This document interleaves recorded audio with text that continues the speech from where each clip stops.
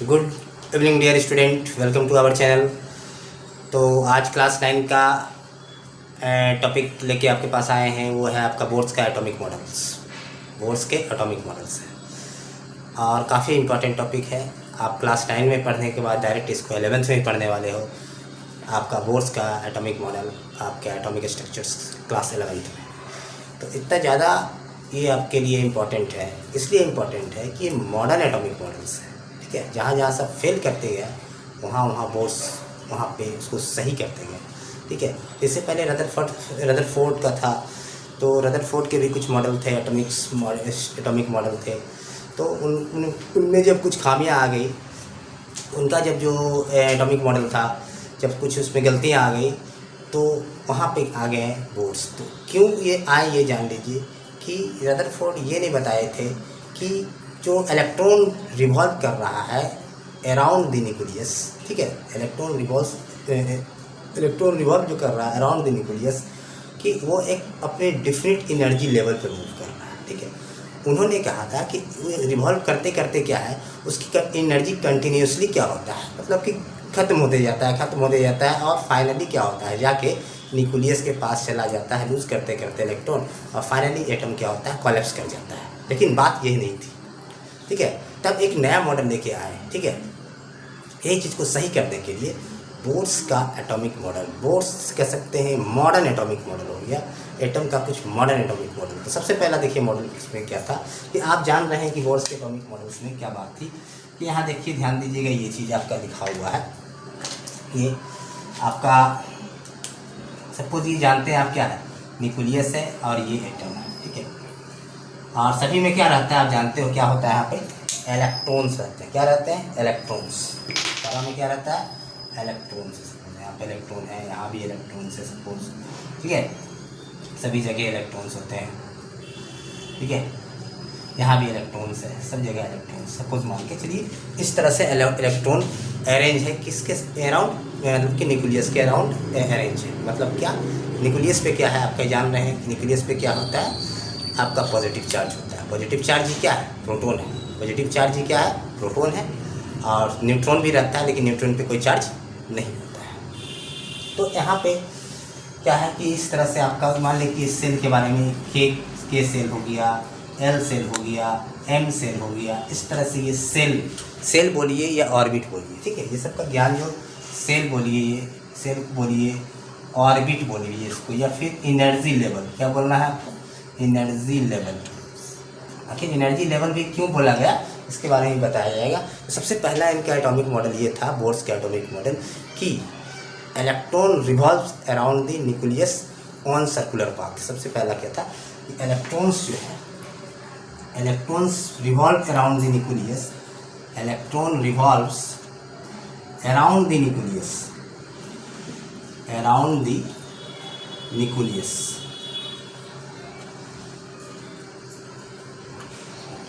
On circular path.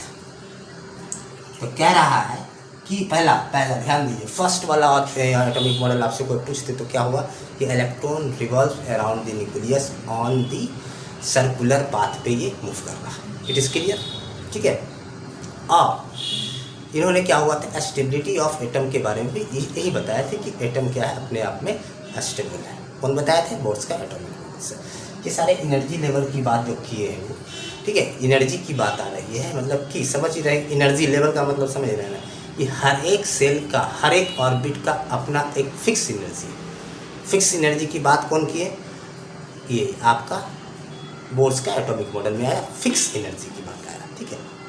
कि सबसे main बात ये आप ध्यान दीजिएगा कि सबसे मेन बात है कि सारे ऑर्बिट का जो एनर्जी है, सारे ऑर्बिट का एनर्जी क्या है, अपना अपना एनर्जी लेवल है, ठीक है। तो फिक्स एनर्जी के कारण है, तो इसी को कहता है कि electron revolve around the nucleus without losing energy, ठीक है। दूसरा क्या है कि जो इलेक्ट्रॉन है, electron revolves around the nucleus without losing energy, second model को पकड़िए, कहता है कि इलेक्ट्रॉन इसके अराउंड मूव कर रहा है, न्यूक्लियस के अराउंड, विदाउट लूजिंग एनर्जी, ठीक है। वो एनर्जी लूज नहीं कर रहा है, इसलिए इस ऑर्बिट का नाम भी दिया गया स्टेशनरी ऑर्बिट। क्या बोला गया? स्टेशनरी का मतलब क्या होता है? अस्थिर होता है, इसलिए इसको बोला गया कि ऑर्बिट को दिस एनर्जी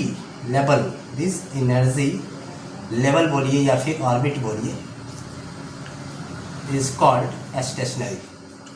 क्या है ये? स्टेशनरी है, मतलब क्या है? फिक्स है। तो दो मॉडल आपको तुम ध्यान में आ गया कि बोर्स का क्या था? Electron revolves around the nucleus on circular path. ठीक है। दूसरा हो गया कि ये जो मूव कर रहा है विदाउट लूजिंग एनर्जी, मतलब विदाउट लूजिंग एनर्जी का मतलब ये है कि इससे ये थर्ड पॉइंट हम ये बना सकते हैं कि ये विदाउट लूजिंग एनर्जी ये मूव कर रहा है। इसके मतलब ये है कि हर एक ऑर्बिट का, हर एक सेल का, हर एक एनर्जी लेवल का एनर्जी क्या है?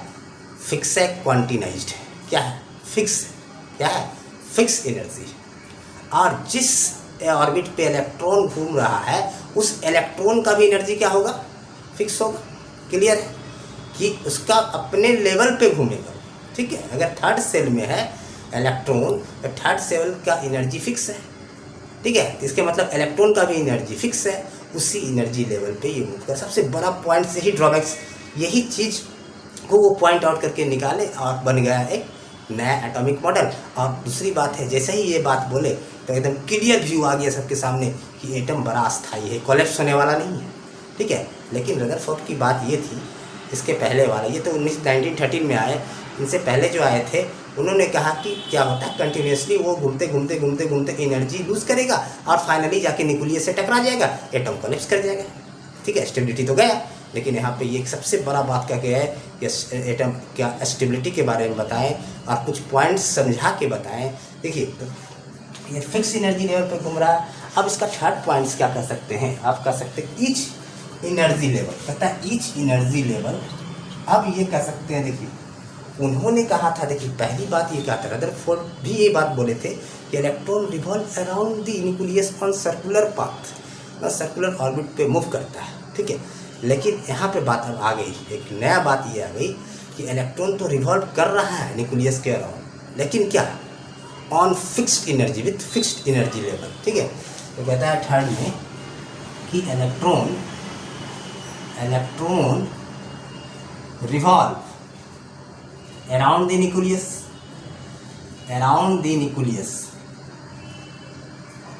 ठीक है, on with fixed energy level, with fixed energy, एक फिक्स्ड एनर्जी के साथ वो क्या कर रहा है? मूव कर रहा है। मतलब कि एनर्जी लेवल जो है ऑर्बिट का एनर्जी क्या है? तो कह सकते हैं क्या कि आप ईच एनर्जी, ईच सेल या each orbit have fixed energy.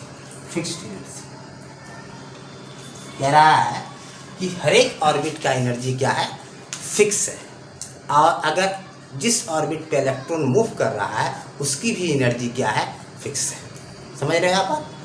तो ये था आपका। जैसे मान लें कि उन्होंने ये भी कहा था, जैसे जैसे आप न्यूक्लियस से दूर चले दूर जाते हैं, हम लोग दूर जाएंगे तो क्या होता है कि एनर्जी क्या होता है? ऑर्बिट का बढ़ जाता है। जैसे आपको पूछा जाएगा कि एनर्जी मान लें कि लिखा है E1, E2, E3, मतलब कहने का मतलब है कि ये थर्ड सेल का एनर्जी, ये सेकेंड सेल का एनर्जी, ये फर्स्ट सेल का एनर्जी। ठीक है। किसका एनर्जी ज़्यादा होगा? तो आपको ऐसे करके आना है, इस तरह से, मतलब न्यूक्लियस से दूर चलते जाइएगा तो क्या होगा? एनर्जी ऑफ ऑर्बिट क्या होता है? बढ़ जाता है। मतलब एनर्जी ऑफ इलेक्ट्रॉन भी क्या होगा? बढ़ जाएगा। ये बात, इसके लिए आगे जब 11th में आप जाओगे तो इसके लिए फार्मूला भी दिए थे उन्होंने। ठीक है। इसके लिए फार्मूला भी दिए थे और आप उस फार्मूले की मदद से हर एक सेल का एनर्जी भी कैलकुलेट कर सकोगे। लेकिन अभी तक तो थ्योरी की बातें हैं, इसलिए आपको सिर्फ थ्योरी बता रहे हैं, क्लास 9th की बातें हैं। तो ये हो गया कि हर एक सेल का एनर्जी फिक्स है और वो फिक्स एनर्जी लेवल पर इलेक्ट्रॉन घूम रहा है और इसलिए इलेक्ट्रॉन का भी एनर्जी क्या है? फिक्स है। बात समझ में आ रही?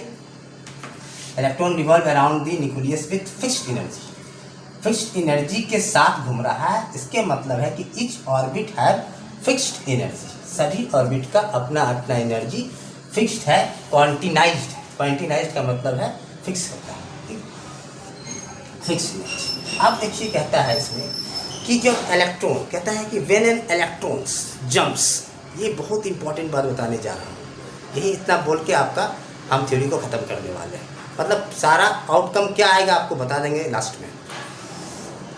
अब कहता है देखिए यहाँ से बहुत सारे हम इसको मान लें कि कहता है कि व्हेन इलेक्ट्रॉन जंप्स, नेक्स्ट बोल रहे हैं, कहता है when electron jumps, when electrons jumps from lower energy level. अब समझ में आ रहा है ना, लोअर एनर्जी लेवल का मतलब न्यूक्लियस के जो सबसे करीब वाला ऑर्बिट होगा, ये वाला एनर्जी कम होगा। जैसे जैसे आप बढ़ते जाइएगा एनर्जी बढ़ते जाएगा। कहता है कि व्हेन इलेक्ट्रॉन कूद रहा होगा, कब, लोअर एनर्जी लेवल से to higher energy level, higher energy level. कह रहा है ना कि जब आप इलेक्ट्रॉन छोटा, जैसे मान लें कि ध्यान दीजिएगा, जैसे हम यहाँ पे बना दिए आपका, ये है, ये है, मान लें कि ये है, यहाँ से इलेक्ट्रॉन कूद रहा है, यहाँ से जंप कर रहा है, किसमें, आगे वाला, तो अपने आप जंप नहीं करेगा, अपने आप जंप नहीं करेगा। जब इसको आप क्या करोगे ना, एक एनर्जी देंगे ना, तो ये क्या करेगा, जंप करना शुरू करेगा, ठीक है। इसको हम एक्साइटेड करेंगे, ज़बरदस्ती एनर्जी देने का मतलब क्या होता है ना, एनर्जी दे के मतलब ज़बरदस्ती कुदा रहे हैं, ठीक है। तो जब समझ लो ज़बरदस्ती कब कूदेगा, जब हम इसको एक्सटर्नल एनर्जी देंगे, समझ रहे हो, ज़बरदस्ती कर रहे हैं मतलब क्या, हम उसको भेज रहे हैं ज़बरदस्ती। ज़बरदस्ती देने का मतलब आपको कुछ ना कुछ काम करना पड़ेगा, कुछ ना कुछ काम करना पड़ेगा, मतलब हमको एनर्जी देनी पड़ेगी। तो इलेक्ट्रॉन क्या होगा, थोड़ा एक्साइटेड हो जाएगा, ठीक है, तो वो क्या करेगा, जंप कर जाएगा। एनर्जी किसी को मिलेगा, क्या होगा, जंप कर जाएगा, ठीक है, कूदना चाहेगा।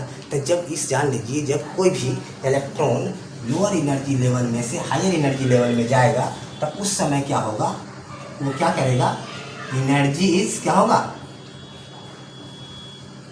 एब्जॉर्ब करेगा। उस समय क्या होगा, एनर्जी आपको देनी पड़ेगी, ठीक है। लेकिन यहाँ तक ही रहेगा नहीं, दे के तो हम ज़बरदस्ती भेज दिए, बात सही है, इसको हम भेज दिए ज़बरदस्ती, तो ज़बरदस्ती भेज दिए, लेकिन इसकी टेंडेंसी क्या होती है कि हम फिर से अपना जगह पे अपना घर में आ जाए, ठीक है। हम तो ज़बरदस्ती भेजे, उसका तो मन नहीं था, हम एनर्जी दे के उसको ज़बरदस्ती बोले कि आपको कुदा देंगे उसको, लेकिन उसका मन क्या था कि हम वहीं पे बैठे रहें, मतलब जहाँ थे हम वहीं रहें, ठीक है। बात वही रह गई। सवाल मान लें कि हम मार्केट के बच्चे को घर से बोले चले जाओ स्कूल, ठीक है, ज़बरदस्ती भेज दिया इसको, ठीक है, तो उसके बाद क्या होगा कि उसका मन क्या रहेगा, अगर स्कूल जाने का मन, तो हम तो स्कूल भेजे उसको ज़बरदस्ती, लेकिन उसका मन क्या होगा, नहीं, फिर से हम क्या करें, घर में लौट जाए। तब उस समय जब वो लौटना चाहता है, तब दूसरा बात ये होता है कि व्हेन इट रिटर्न्स बैक, कहता है जब ये return backs in ground state, ठीक है, इट एमिट एनर्जी। इतना बात आपको याद रह जाएगा कि हम तो उसको पहला कहा था, इलेक्ट्रॉन जब लोअर एनर्जी से हायर एनर्जी में जाएगा तो हमको एनर्जी देनी पड़ेगी, ज़बरदस्ती भेजना है, ज़बरदस्ती कुदाना है, तो हमको एनर्जी देना है, ठीक है। लेकिन उसका टेंडेंसी मन क्या होगा, फिर से हम क्या करें, हायर से लोअर में आ जाए। जब हायर से लोअर में लौटेगा, वो ग्राउंड स्टेट उसी को बोलते हैं कि जब वो अपना स्टेबल स्टेट में आना चाहेगा, अस्थाई स्टेट में आना चाहेगा, जब वो कंफर्ट जोन में आना चाहेगा, कंफर्ट जोन में आना चाहेगा, तो क्या होगा उस समय कि जितना एनर्जी लेके उसको ज़बरदस्ती भेजे थे, और लौटते समय वही एनर्जी को क्या करेगा, इमिट कर देगा, वही एनर्जी को क्या करेगा, इमिट कर देगा। ये थी हमारी बोर्स के एटॉमिक मॉडल की कहानी। फिर से आपको मैं बता देता हूँ कि बोर्स का एटॉमिक मॉडल जो था, मॉडल एटॉमिक मॉडल था, सिर्फ और सिर्फ ये समझाने के लिए आए थे। देखिए सारा का आपका आउटकम क्या है, इतना पॉइंट्स का आउटकम क्या आया, बस क्या यही आउटकम आया कि ये एटम की स्टेबिलिटी को बताना चाह रहा था, एटम के बारे में स्टेबिलिटी को बताना चाह रहा था। और दूसरा था कि ये जो इलेक्ट्रॉन मूव कर रहा है किसी ऑर्बिट पे, अपने फिक्स एनर्जी पे मूव कर रहा है। अगर फिक्स एनर्जी पे मूव नहीं करेगा, फिक्स एनर्जी लेवल पे मूव नहीं करता, तो बात सही था कि ये धीरे धीरे कितना घूमेगा, घूमते घूमते एनर्जी तो लूज होगा, फाइनली क्या होगा, जाके न्यूक्लियस से टकरा जाता, कोलैप्स हो जाता। लेकिन ये बात तो हो नहीं रहा था। तब क्या हुआ, बोला नहीं, ये बात बिल्कुल सही नहीं है, इलेक्ट्रॉन अपने फिक्स एनर्जी लेवल पे ही मूव कर रहा है, और सारे इलेक्ट्रॉन जो अपने फिक्स एनर्जी लेवल पे मूव कर रहे हैं उस इलेक्ट्रॉन की एनर्जी भी फिक्स है। तो मैंने आज आपके सामने बोर्स के एटॉमिक मॉडल्स रखे, कुछ पॉइंट्स बच्चे लोग आप इसको ध्यान में रखेंगे, आपका सवाल बन जाएगा। फिर मिलेंगे नेक्स्ट वीडियो में। Thank you.